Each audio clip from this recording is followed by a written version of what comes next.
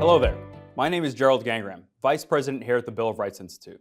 And today I'm joined by a very special guest on our Honoring Service interview series, Phyllis Wilson. Phyllis is a Chief Warrant Officer 5 in the United States Army, which is a really big deal because to me you're a unicorn. It's a rank that is so high we don't even know if it exists because there are so few of you in there. She's had 37 years in the Army, a lot of that spent in the military intelligence portion. I'm going to read some things because your resume is impressive. Joint Special Operations Command, including time in Iraq. You were a registered nurse during the 16 years that you were in the Army Reserves. You also have several master's degrees. You've jumped out of military planes, like those two go together. And you've been inducted into both the Army Women's Foundation Hall of Fame and the U.S. Veterans Hall of Fame. Obviously, you are an underachiever, and on top of all that, you are right now president of the Military Women's Memorial, the nation's only memorial that does honor the more than 3 million women who have defended America from the Revolutionary War through today. I gotta say, I don't know how you found time to even join us today, Phyllis. I'm so happy that you asked me to join you. Thank you very much. So I want to get started with this. You have had an exemplary military career. I'm sure there's so many stories you can draw from, but is there something specific that you can share with us that really maybe impacted your view of the roles and responsibilities of citizenship? You know, that's a great question. And I have to tell you, that when I first joined the military, I was just absolutely clueless about what that really meant. I knew when I took the oath, you have to raise your right hand. You did the same thing. We raise our right hand and they read off this oath that you swear that you will protect and defend the U.S. Constitution. And you just verbalize it right back. And maybe you don't internalize what that means. But I will tell you that along the way in that 37 years and the places that I had the opportunity that the Army sent me to visit, whether they were garden spots or places that I never want to go back to, I clearly saw what that meant to when you raised that right hand and you swore that oath to protect and defend. And so many parts of this globe don't have a constitution or a Bill of Rights that tell us what we are entitled to, that our country guarantees it for us. And part of that means some of us put on a uniform and we go around the globe to make sure those guarantees are given back to the nation. And I think that's one of the key things that I've learned in the time of seeing how many other places in this world don't benefit from what we take for granted here. You saw that time in uniform almost like you were an ambassador of sorts for what our nation's, those principles that we have and what they represented.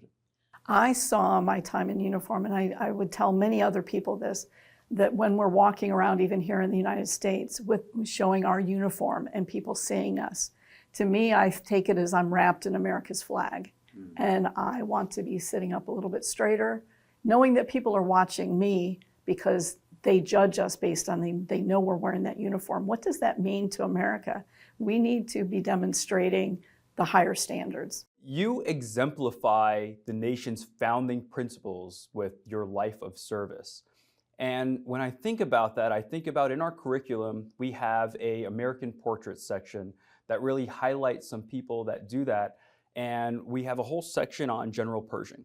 And you obviously know he was the first chairman of the American Battlefield Monuments Committee. And that was right after his time in World War I, where he was the head of the American Expeditionary Forces. And obviously your work right now, there's a lot of parallels there that I can see. And I wonder, what do you think should be the relationship between the American people and American veterans? Do you think that the nation owes anything to the men and women that sacrifice on behalf of the nation?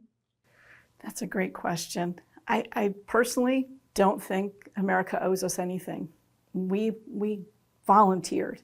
All of us nowadays, for over 50 years, it's been an all-volunteer force.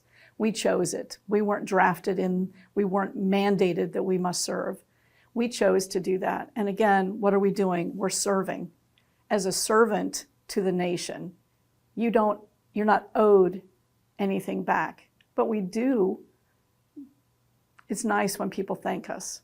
The fact that we were willing to be that 1% of America that will put on a uniform and go anywhere this country tells us we must go. and if need be, die for this country. That's not an easy thing to do, especially as we were talking earlier. I have 4 sons that are also combat veterans.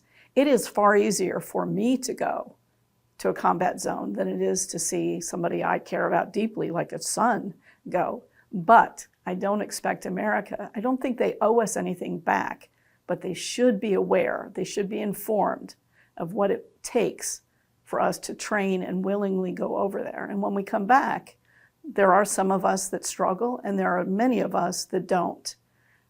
We're proud for what we were able to do, and we don't really want people to think of us as damaged goods. And sadly, many people in the country think that. And I just want to make sure that people know we're proud for our opportunities. Absolutely. I mean, most people know I'm an Army veteran because I'm going to end up telling them I'm an Army veteran, right? We don't keep it a secret. And you know, you mentioned that a veteran is someone that has raised that right hand and made that oath, accompanied with a check payable to the U.S. government of up to including their life. When you're thinking about that oath and really what it means, and you see other people reflecting on it, and obviously we have a lot of times where you, I'm sure, hear it a lot, that thank you for your service. What goes through your mind when you hear thank you for your service? I always struggled because again, as I said, I felt like I don't need you to thank me. I did it willingly, feeling a huge debt to this country. And oddly enough, in the 37 years that I served in the Army, I did not know my own history. But after I retired from the Army and spent more time speaking with my parents and doing some research, I found out that not only am I a daughter of the American Revolution, I'm a descendant from the Mayflower that came over in 1620, the Pilgrims. So my connection, unbeknownst to me the whole time I served this country, but my connection to the founding of this country is much deeper than I ever knew. But I don't think that it needs to be whether you are an immigrant to this nation, first generation, or somebody that has 10 or 12 generations here on this continent. All of us, when we're thanked for our service, I think the important thing I struggle with, and I tell somebody that thanks me, thank you for caring, or you're worth it. Thank you for being worthy of that service. I love that. Yeah. You know, you talked about raising that right hand and young Phyllis swearing that oath. And we just talked about how everyone has a different story and we need to own those stories. Not everyone is going to serve their community by raising their right hand, and you've already mentioned that that's okay. That everyone has a different way to serve. What would you do to encourage young people to serve and strengthen their communities? There's so many opportunities, and I would say start with just being kind. Sometimes a random act of kindness in any given day can change somebody's complete world, not just the moment, but saying, I like your dress, or you have a really nice smile, or it doesn't cost you anything, but it can change the dynamic for that person. And I think that that's really a great start. But there's so much community service, so many things that can be done. And even as simple as when you see trash laying on the sidewalk, pick it up and throw it in the trash can. It's your town, it's your community. Be part of the solution. Don't just point out and go, they never pick this stuff up. Well, did you? Lead by example. I would say that's the biggest thing. I love that. And you know, I realize that you obviously have probably a lot of different volunteer organizations that team up with you. How many of those different volunteers do you say are young people that are coming through? We have a lot of young people. Some are organized like Girl Scouts and Boy Scouts, but a lot of the military organizations, Travis Manion Fund and many others, they come and they do a lot of work around the Military Women's Memorial because it's a nonprofit. We don't get federal funding, and sometimes even just as simple as rearranging heavy furniture or moving big boxes out of one storage area over to a different one so we can clear out and just do, the maintenance work that nobody loves doing. It's not sexy, it's not cool, it's not exciting, but a lot of times you'll find community service, it's just that sense of you worked hard today and you made a difference in the community, even though it wasn't necessarily forward facing and that you got to see the public or whatever. You just did some hard work and got sweaty and dirty and grubby and went home and got a shower.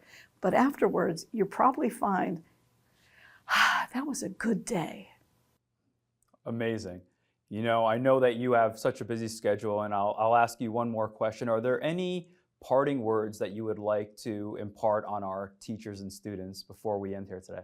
You know, you were talking about General Pershing in World War I, and it makes me mindful that right now we just secured the Congressional Gold Medal for a group of 223 women that General Pershing demanded be shipped over to France during World War I because they had learned this incredible new skill as switchboard operators for a newfangled gadget called a telephone. And they went over there. They had to be bilingual, French and English. They went over there and did incredible things, connecting an untold millions and millions of calls back before it was just a smartphone. They had to connect cables and then tell the next operator down the line, hey, I need you to connect the cord and then connect me further down until they got sometimes directly to General Pershing to make a landmark decision on a battle that was going in place in World War I. These 223 women, when they came home from war, were told, you were not in the Army. He said, yes, we were.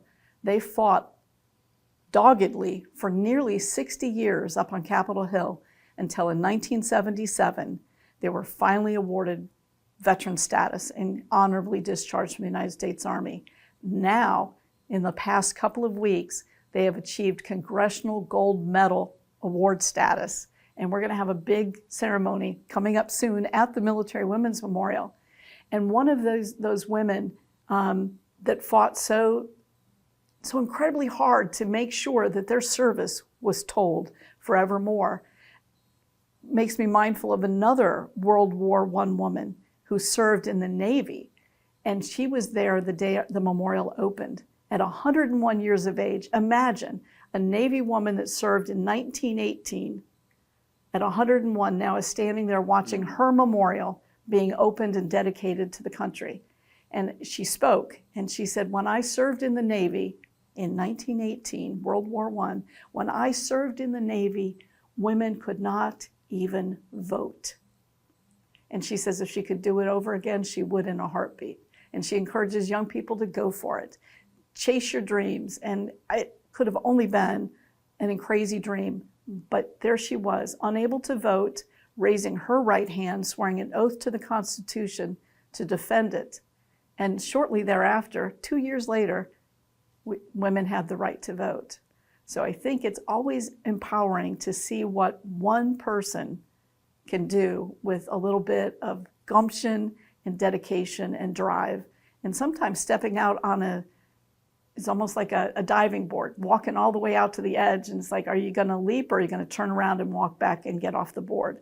She was one of those women that jumped in, full dive in and went to town. And I think those are the kind of stories that America needs more of, to understand that the Hello Girls of World War I, or an intrepid young lady that joined the Navy before she could vote, says, I would do it all over again. And that day in 1997, when the memorial opened, that same lady, Frida Hardin, from World War I, met astronaut and space shuttle commander, Air Force Lieutenant Colonel Eileen Collins. In her lifetime, it went from I couldn't vote and I kind of snuck into the Navy to seeing a woman that is now a lieutenant colonel in the Air Force and has flown into outer space. That's incredible. And that's what the story of this country is all about, the opportunities. And we just need to be good citizens and pay it forward. Oh, I love that. It's so interesting to hear that journey from our American history of taking that leap of faith that we need to encourage each other to do, but also that inspirational champion story of you don't have to completely prescribe to what the limitations that other people have on you. Sometimes the limitations are your own and you can break forward from them. Thank you so much, Phyllis. This has been a complete pleasure, and I hope that we can have you again back soon. Thank you so much. I loved it. I'll be back.